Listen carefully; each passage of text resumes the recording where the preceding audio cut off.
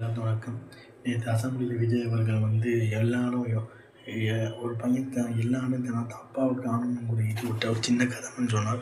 அதுக்கு இவர் பதிலடி கொடுத்தார். இது வந்து நம்ம சமூக வலைதளம் வந்துச்சு நம்ம பார்த்து அசெம்பிளியில் நடந்த ஒரு நிகழ்வு.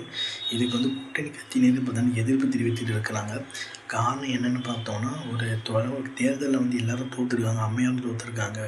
அதனால் ஒரு தோல்வி அடைந்த ஒரு நபரை வந்து இப்படி வந்து நீங்கள் ஏன்னா பேசுகிறது தப்புன்னு சொல்லிட்டு கூட்டணி கட்சியில் ஒரு இடதுசாரிகளும் மரியாதைக்குரிய திருமாவளவனும் கண்டிச்சிருக்காங்க விஜய் அவர்கள்.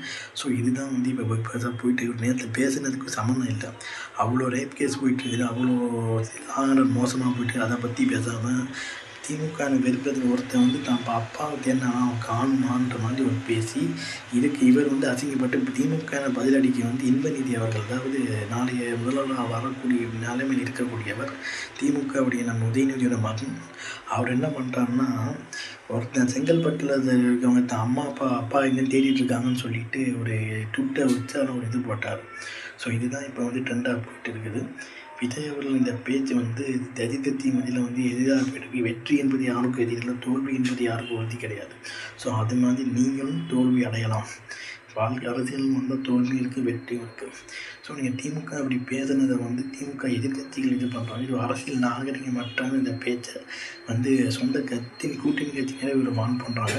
ஸோ அந்த அளவுக்கு இது இருக்குது. ஸோ இதை பற்றி உங்கள் கருத்து என்னன்றது நீங்கள் கமெண்ட் பண்ணி சொல்லுங்கள். ஓகேவா?